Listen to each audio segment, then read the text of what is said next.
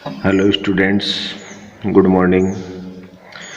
बच्चों, आज अपने शुरू करते हैं अपन समविभव पृष्ठ, इक्विपोटेंशियल सरफेस। ठीक है, ये एक थ्योरेटिकल टाइप का टॉपिक है और कंसेप्चुअल है। मतलब आपको इसमें इसके जो प्रॉपर्टी हैं, इसके गुणधर्म है समविभव पृष्ठ के, उनको आपको ध्यान रखना है मेनली। अब देखो, अपन इनके गुणधर्मों की या अपने डेफिनेशन की इनके ऊपर चर्चा करें। सबसे पहली जो इसकी बात है, क्या नाम अपना? समविभव पृष्ठ मतलब ऐसा पृष्ठ जिसके प्रत्येक बिंदु पर विभव का मान समान। आप इसको डेफिनेशन भी कह सकते हैं या इसका गुणधर्म है कि ऐसा पृष्ठ जिसके प्रत्येक बिंदु पर विभव का मान क्या हो? समान हो, समविभव पृष्ठ होगा। समविभव पृष्ठ कहलाता है। ठीक है, पृष्ठ कहलाता है, पहली बात। दूसरी बात, अब आप भी जानते हैं कि ऐसा पृष्ठ जिसके प्रत्येक बिंदु पर विभव का मान समान है, तो सिंपल सी बात है कि यहाँ पर विभवांतर का मान क्या होगा? शून्य। तो अपन कैसे हैं? ऐसा पृष्ठ जिस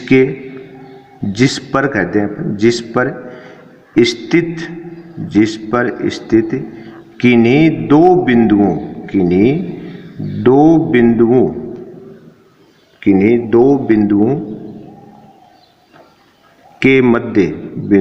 के मध्य विभवांतर शून्य हो। ठीक, कैसे? जैसे मान लो ये कोई समविभव पृष्ठ है, इसको मान लो आप, ये क्या है? एक समविभव पृष्ठ है।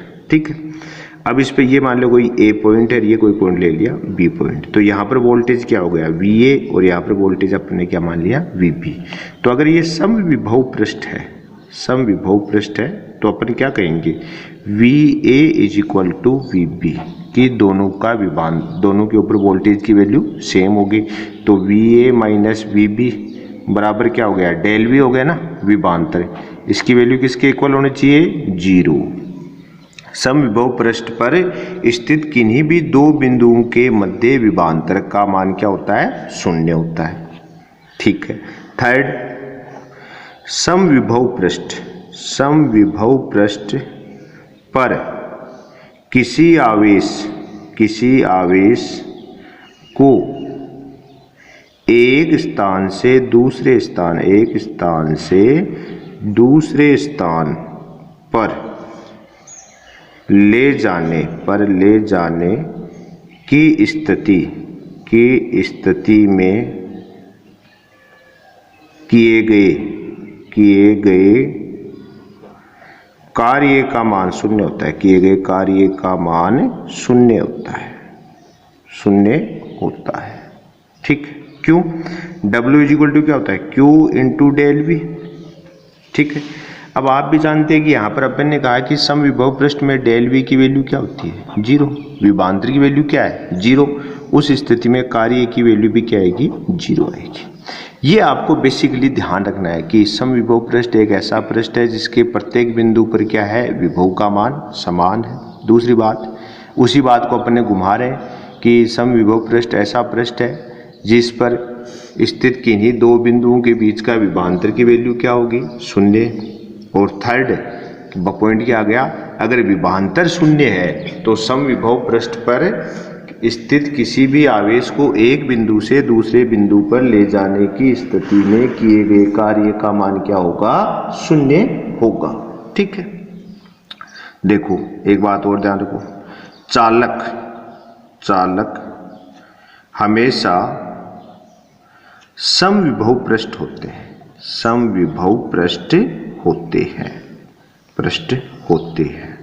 ठीक, चालक हमेशा समविभव पृष्ठ होते हैं। क्यों? क्योंकि ये चीज अपन पहले भी चर्चा कर चुके हैं कि किसी भी चालक को यदि आप कोई आवेश प्रदान करेंगे तो वह आवेश उसके संपूर्ण पृष्ठ पर समान रूप से वितरित हो जाता है। इस कारण अगर किसी भी चालक सतह को अगर आप आवेश देंगे तो वो आवेश पूरी सतह पर क्या होगा, समान रूप से वितरित। और जब आवेश का मान समान होगा तो सामान्य सी बात है विभव का मान भी क्या होगा, समान होगा। इस कारण चालक हमेशा क्या होता है, समविभव पृष्ठ होता है। ठीक है। अब एक चीज और ध्यान रखिएगा कि कई बार ऐसे भी कहते हैं कि वैसे कोई काम की नहीं है लेकिन फिर भी, कि समविभव पृष्ठ पर विद्युत क्षेत्र रेखाएं हमेशा क्या होती है, लंबवत होती है। कैसी होती हैं, लंबवत। जैसे ये पृष्ठ है तो इसके लंबवत होगी, तो ऐसे लंबवत होती है। लेकिन आपको मुख्यतः ये 4 पॉइंट ध्यान रखने हैं। ठीक है। पहला पॉइंट, ऐसा पृष्ठ जिसके प्रत्येक बिंदु पर विभव का मान क्या हो, समान हो। दूसरा, ऐसा पृष्ठ जिस पे स्थित किन्हीं दो बिंदुओं के बीच का विभवांतर क्या हो, शून्य हो। थर्ड, ऐसा पृष्ठ जिसके अंतर्गत यदि किसी आवेश को एक स्थान से दूसरे स्थान पर लेके जाए तो किए गए कार्य की वैल्यू क्या हो, शून्य हो। और चौथा, चालक हमेशा समविभव पृष्ठ होते हैं। ठीक है। ये अपना इक्विपोटेंशियल सरफेस के गुणधर्म कह सकते हो, डेफिनेशन कह सकते हो, प्रॉपर्टी है जिनको आपको हमेशा रिमेंबर रखनी है। ठीक है। चलो अब अपन नेक्स्ट लेते हैं। नेक्स्ट अपना है विद्युत क्षेत्र तथा विद्युत विभव में संबंध। क्या है, विद्युत क्षेत्र तथा विद्युत विभव में संबंध, विद्युत विभव में संबंध। ठीक, ये अपना नेक्स्ट हुआ विद्युत क्षेत्र तथा विद्युत विभव में संबंध। ठीक है। Relation between field and potential, field and potential. ठीक है। ये अपना अगला पॉइंट हो गया। क्या हो गया, विद्युत क्षेत्र तथा विद्युत विभव में संबंध, मतलब relation between field and potential. ठीक है। इसको रिलेशन कैलकुलेट करने के लिए अपन थोड़ा सा पहले एक डेरिवेशन के लिए अपन काम करते हैं। जैसे अपन एक ऐसे समविभव पृष्ठ लेते हैं, जैसे ये एक समविभव पृष्ठ हो गया, ये दूसरा समविभव पृष्ठ हो गया, ऐसा ये कोई तीसरा समविभव पृष्ठ हो गया। ऐसे अपन ने क्या ले लिए, समविभव पृष्ठ लिए, पृष्ठ। ठीक है। कोई समविभव पृष्ठ है, 1 2 3 4 ऐसे कितने भी हो सकते हैं। ठीक है। ये कोई स्थिति सदिश हो गया आर वेक्टर, ये क्या हो गया, स्थिति सदिश हो गया। ठीक है। यहां पर कोई बिंदु P मान लिया जिस पर परीक्षण आवेश क्या रखा है, Q0, और ये कोई विद्युत क्षेत्र की डायरेक्शन E आ गई जो स्थिति सदिश से थीटा कोण पर है। स्थिति सदिश से क्या है, थीटा कोण पर। ठीक है। अब देखो आप, अपन ने अलग अलग समविभव पृष्ठ ले लिया। जैसे ये पहला समविभव पृष्ठ, ये कोई दूसरा समविभव, तीसरा, चौथा, ऐसे। और ये R क्या हो गया, तो अपन कह सकते हैं यहाँ पर Q0 परीक्षण आवेश, परीक्षण आवेश। ठीक है। E विद्युत क्षेत्र, विद्युत क्षेत्र। ठीक है। और आगे बात करें R स्थिति सदिश। ठीक है। ये बात है, ये अपना एक डायग्राम। अब अपन क्या कहें, यदि ध्यान से देखना, यदि परीक्षण आवेश, परीक्षण आवेश Q0 को एक समविभव पृष्ठ से, एक समविभव पृष्ठ से दूसरे समविभव, दूसरे समविभव पृष्ठ तक dr विस्थापित, विस्थापित किया जाए, dr विस्थापित किया जाए या dr विस्थापित हो, तो परीक्षण आवेश, तो परीक्षण आवेश पर, परीक्षण आवेश पर क्षेत्र द्वारा किया गया कार्य, क्षेत्र द्वारा किया गया कार्य, किया गया कार्य क्या होगा, W इक्वल टू क्या होगा, -Q0 dV। अब देखो ये चीज क्या कही, मैंने कहा कि यदि परीक्षण आवेश Q नोट को एक समविभव पृष्ठ से दूसरे समविभव पृष्ठ तक dr विस्थापित हो रहा है, यदि परीक्षण आवेश क्या है Q नोट एक समविभव पृष्ठ से दूसरे समविभव पृष्ठ तक dr विस्थापित हो, तो परीक्षण आवेश पर क्षेत्र द्वारा किया गया कार्य। तो ये मान लो Q नोट यहां से लेकर यहां तक कोई dr विस्थापित हो रहा है, तो dr क्या हो गया, ये मतलब इस समविभव पृष्ठ से दूसरे समविभव पृष्ठ तक कितना विस्थापित हो रहा है, dr। तो उस स्थिति में किया गया कार्य क्या होगा, W बराबर QV। और कौन से बल के द्वारा बात कर रहे हैं अपन, आवेश में क्षेत्र द्वारा। तो विद्युत क्षेत्र की स्थिति में कार्य का मान क्या होता था, ऋणात्मक। तो W बराबर minus Q naught dV। Minus क्यों आया, विद्युत क्षेत्र के कारण, ये चीज अपन बात करें। अच्छा, आप एक बात भी जानते हो क्या, कि यहां पर dV कौन है, dV की बात करें तो dV कौन हो गया, दोनों समविभव पृष्ठों में विभवांतर। अब देखो आप, ये एक मान लो समविभव पृष्ठ है, इसका विभव कितना हो सकता है V1, दूसरे समविभव पृष्ठ का क्या हो सकता है V2। तो उस कंडीशन में क्या होगा, V2 माइनस V1 बराबर dV होगा कि नहीं होगा। तो दो समविभव पृष्ठों में तो विभवांतर हो ही नहीं सकता है ना भाई, एक समविभव पृष्ठ पर स्थित किन्हीं भी दो बिंदुओं में विभवांतर नहीं होता, लेकिन दो अलग अलग समविभव पृष्ठ हो मान लो, तो उस कंडीशन में तो उनके बीच तो विभवांतर हो सकता है। तो उस विभवांतर को अपन ने क्या माना है, dV। ठीक है, इस प्रकार अपन ने क्या किया कि आपका कोई Q नोट परीक्षण आवेश P बिंदु पर था, जो dr विस्थापित होकर आगे दूसरे वाले समविभव पृष्ठ पर पहुंच गया। तो उस स्थिति में इस विद्युत क्षेत्र द्वारा इस पर किया गया कार्य क्या होगा, W बराबर Q इंटू dV, चिन्ह क्या आएगा, माइनस का, क्योंकि विद्युत क्षेत्र द्वारा किया गया कार्य क्या होता है, ऋणात्मक। तो W बराबर minus Q naught dV। dV कौन है, दोनों समविभव पृष्ठों के मध्य का किया गया कार्य। ठीक है, अब देखो आप, ये तो पहला हुआ।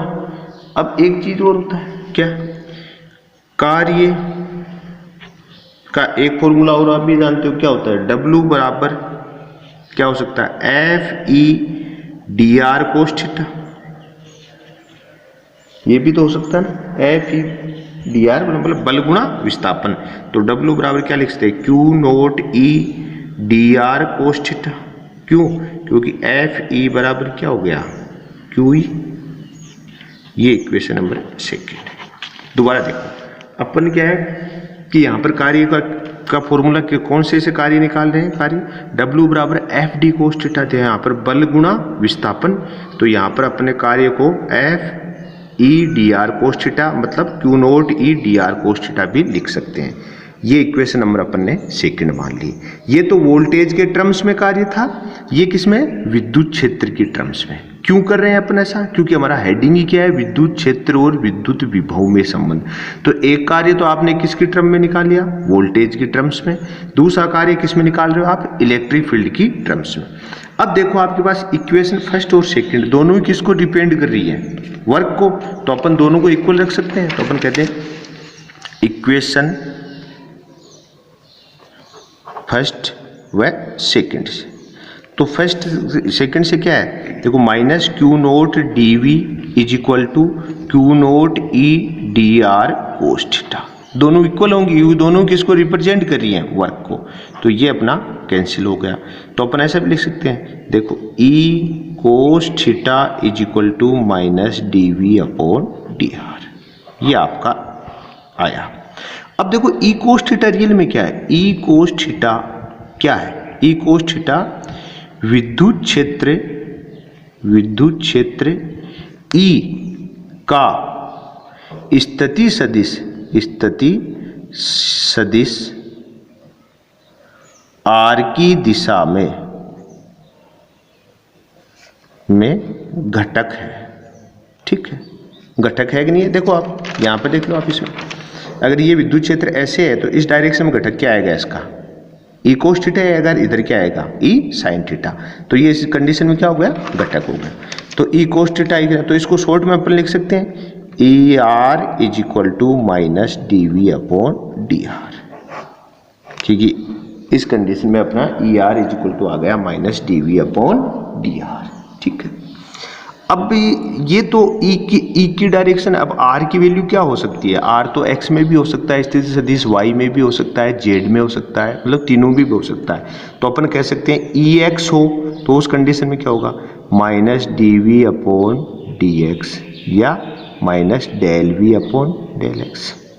किसकी बात करें? एक्स डायरेक्शन में। अगर वाई में हो तो ई वाई, तो आप क्या लिखोगे? Minus del V upon del X या minus D V upon D X. और जेड कंडीशन हो तो, जेड डायरेक्शन हो तो minus D V upon D Z या लिखे minus del V upon del Z. ठीक है, मतलब तीनों डायरेक्शनों में ये एक साथ हो सकता है। तो आप भी जानते हैं टोटल विद्युत क्षेत्र क्या होगा? सदिश रूप की बात करें तो अपन कहें ई एक्स आई के प्लस ई वाई जे के प्लस ई जेड के के। अगर कोई भी इसका सदिश निरूपण करेंगे तो क्या होगा? तीनों दिशाओं में होगा ना, एक्स में भी होगा, वाई में भी होगा, जेड में। एक्स में इसकी वैल्यू क्या होगी? ये अपने कैलकुलेट कर ली, minus del V upon del X. Y में minus del V upon del Y आएगा, सॉरी यहाँ पे क्या आएगा? डेल वाई, डेल वाई, ये डेल वाई आएगा और ये हो गया डेल जेड।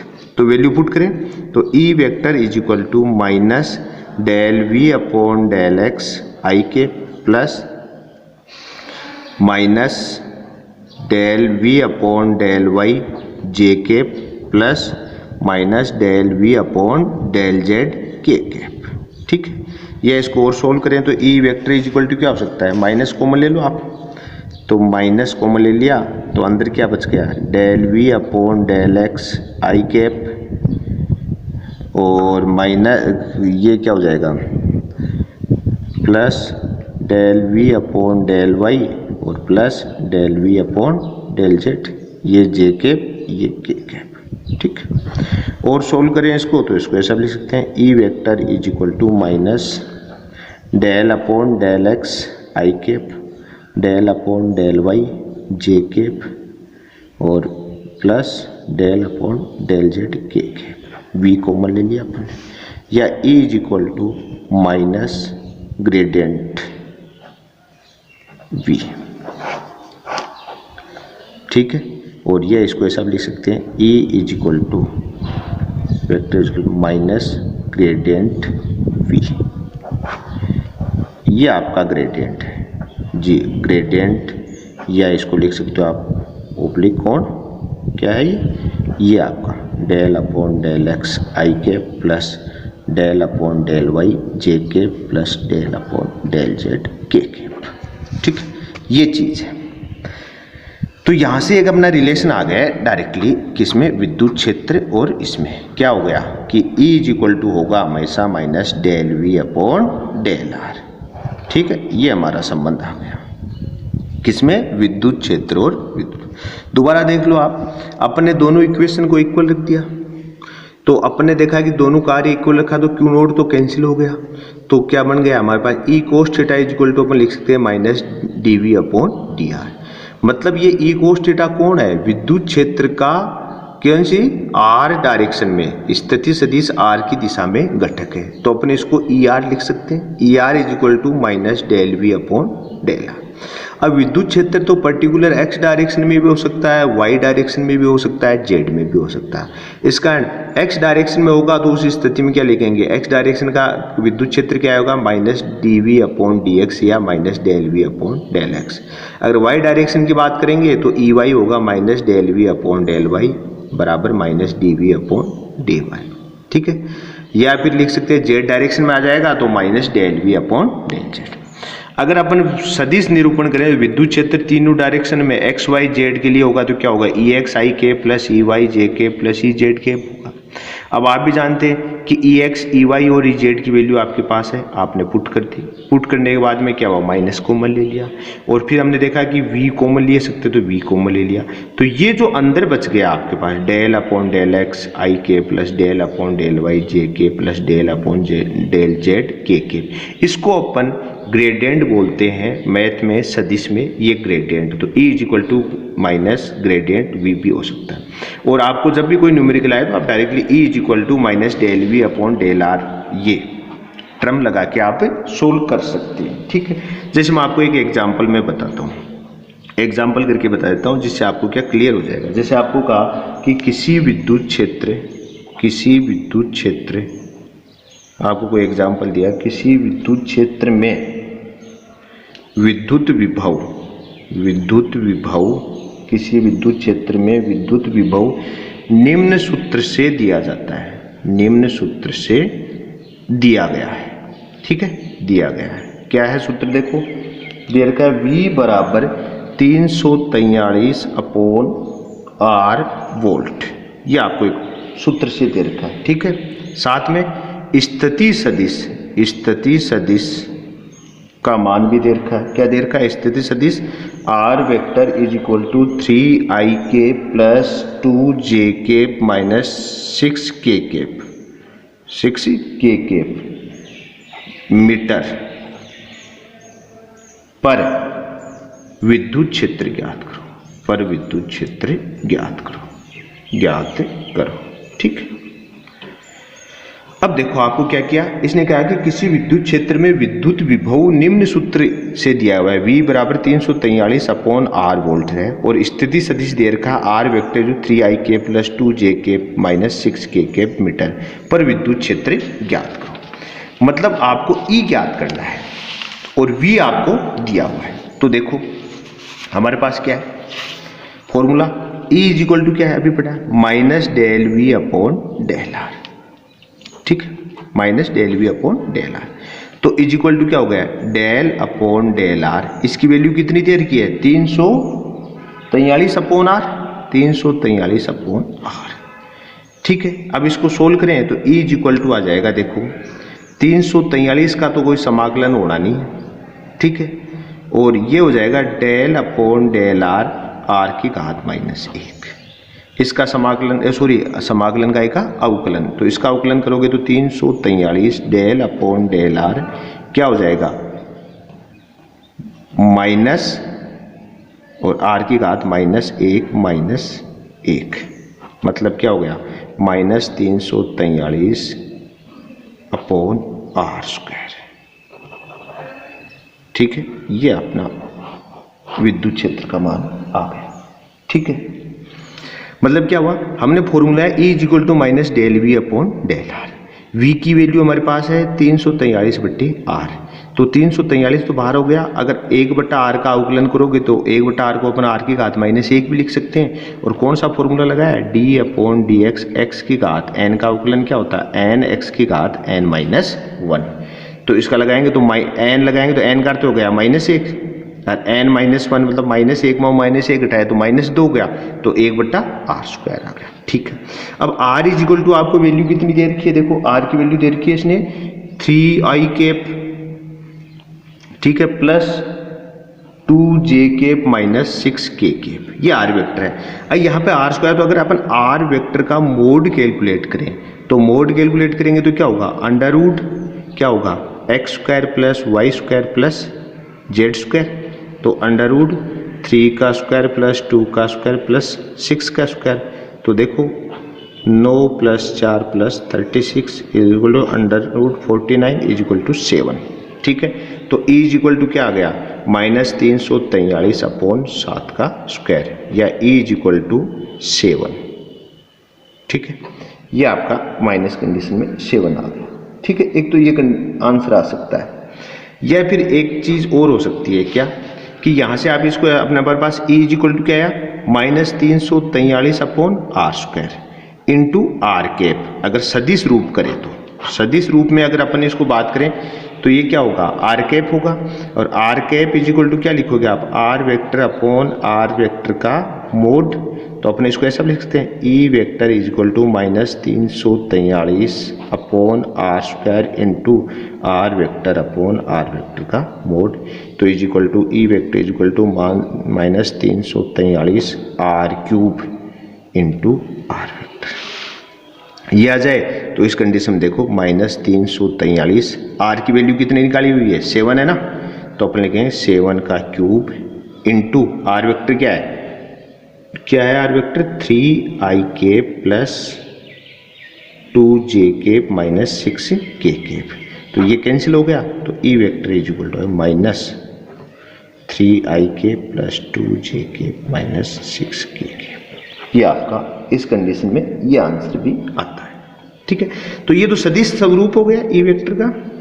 और परिमाण की बात करें तो ई का परिमाण कितना आ गया 7। और जब भी आपको ध्यान हो कि मात्रक आपको जरूर बताना है, तो इसका मात्रक क्या होता है, क्या होगा, न्यूटन पर कूलम। ठीक है, ये आंसर आएगा न्यूटन पर कूलम। ये चीज है, मतलब आपको ये जो ई और वी का रिलेशन है, इससे का बेसिकली आपको बहुत ध्यान रखना है, क्योंकि बहुत जगह काम आएगा। तो ई और वी में हमारे वोल्टेज और इलेक्ट्रिक फील्ड में रिलेशन क्या है, E equal to minus del V upon del R. ठीक है, और आपको V की वैल्यू दे रखी थी, तो V की वैल्यू अपन ने पुट कर दिया, यहाँ पर आ गया, उकलन कर लिया और सॉल्यूशन आ गया। ठीक, अपने लास्ट वाले वीडियो के अंदर अपन ने, मैंने आपको एक क्वेश्चन दिया था ऑब्जेक्टिव, आपने सोल्व किया, कई बच्चों के आंसर भी आए हैं, सही भी हैं, लेकिन सब बच्चे उसमें इतना एक्टिव पार्टिसिपेट नहीं कर रहे, जो गलत है। आपको एक्टिव पार्टिसिपेट करना चाहिए। अपना लास्ट क्वेश्चन था कि एक वर्ग जिसकी भुजा की लंबाई a दे रखी थी और प्रत्येक कोने पर q आवेश रखा है, तो उसे पूछा था वर्ग के केंद्र पर विद्युत विभव क्या होगा। जैसे मान लो ये वर्ग है, ये लो, इसकी भुजा a है, ये लो, इसके प्रत्येक कोने पर q q q q आवेश रखा है। अब इसका केंद्र क्या होगा, इनके विकिरण जहां कटेंगे वो केंद्र हो गया, ये केंद्र हो गया। ठीक है, तो यहाँ पर क्या होगा, सबके कारण क्या होगा, वोल्टेज अलग अलग होगा। तो अपन V इक्वल टू क्या कहेंगे, V1 plus V2 plus V3 plus V4। चारों के A B C D जो चारों शीर्ष है, उनके कारण जो विभव उनका बीजगणित योग हो जाएगा, क्योंकि विभव क्या है, अदिश राशि। अब आप भी जानते हो कि V1 बराबर V2 बराबर V3 बराबर V4 आएगा। कारण क्योंकि V इक्वल टू क्या होता है, KQ अपॉन R। तो यहाँ से देखो Q तो चारों का सेम है, और R यहाँ से अगर आप बात करें तो प्रत्येक शीर्ष से केंद्र की दूरी क्या होती है, समान। तो अगर अपन R की बात करें तो R बराबर क्या हो जाएगा, देखो a square plus a square Aadhaar square plus लंब स्क्वायर बराबर कर्ण स्क्वायर R स्क्वायर। ठीक है, तो अंडर रूट बट्टा 2, तो अपना हो गया R is equal to under root 2a square बट्टे 2, और यह कर दें R is equal to a upon under root 2 आ जाएगा। ठीक है ना, शीर्ष से दूरी देखो दोबारा, आधार स्क्वायर प्लस लंब स्क्वायर बराबर कर्ण स्क्वायर। तो a square plus a square मतलब क्या होगा, 2a स्क्वायर, अंडर रूट क्या आएगा, अंडर रूट 2a, इसका ये है ना, अंडर रूट 2 इंटू a बट्टा 2। अब 2 को क्या लिख सकते हो आप, देखो under root 2a upon under root 2 into under root 2, तो एक से एक a अपॉन अंडर रूट 2 आई कि नहीं आई। ठीक है, तो अपन कह सकते हैं कि केंद्र पर वोल्टेज कितना आ गया, V बराबर, डायरेक्टली लिख दूं मैं, V बराबर केंद्र पर V सेंटर, या लिख दूं V केंद्र बराबर क्या आएगा, 4 इंटू V, तो 4 into KQ upon R, KQ upon R आएगा। तो R की वैल्यू क्या है आपके पास, R की वैल्यू ये रही, तो A अपॉन अंडर रूट 2। ठीक है, तो देखो 4 इंटू के की वैल्यू 1 upon 4 pi epsilon naught into Q upon A into under root 2, 4 से 4, तो आंसर क्या बन गया, देखो अपने पास आंसर क्या बना, 1 अपॉन पाई एप्सिलॉन नॉट, ठीक है, under root 2 into Q upon A। मतलब आपका आंसर A सही है। कौन सा सही है, A। कुछ नहीं करना, आपको चारों शीर्षों से जो भी है वहाँ से वोल्टेज, चारों शीर्षों से विभव का मान क्या आएगा, सेम आएगा केंद्र पर। तो आप क्या करो, एक विभव निकाल लो कोई भी एक केंद्र से, और उसको किससे कर लो, 4 से मल्टीप्लाई। कैसे निकालोगे, KQ अपॉन R से। R निकालने के लिए आपको क्या करना है, ये विकीर्ण ले लो पूरा समकोण त्रिभुज का, इसको आधा कर लो, तो R क्या हो जाएगा, a square plus a square का बट्टा 2, ये डिस्टेंस R ये हो जाएगी, तो आ जाएगी a अपॉन अंडर रूट 2। ठीक है, सोल्व हो सकता है। ठीक है, तो ये तो अपना लास्ट वाला क्वेश्चन हुआ। आज का आपको न्यूमेरिकल है वो देखो, आपका ऑब्जेक्टिव है, आप जरूर सोल्व करके आंसर दें। आज का क्वेश्चन है, एक विद्युत क्षेत्र का विभव फलन V बराबर -5x plus 3y plus under root 15z से परिभाषित है। बिंदु XYZ पर विद्युत क्षेत्र की तीव्रता एसआई मात्रक में होगी। क्या है? बिंदु एक्स वाई जेड पर विद्युत क्षेत्र की तीव्रता एसआई मात्रक में होगी। ए 3√2, बी 4√2, सी 5√2, डी 7। जो आपको पता है कि कोई भी आंकी क्वेश्चन है वो अपना जो क्लास हुई है उसी पर आधारित है। इस कारण आप इसको सोल्व करके आंसर आप कमेंट के रूप में ज़रूर बताएं। ठीक है, धन्यवाद, थैंक्स।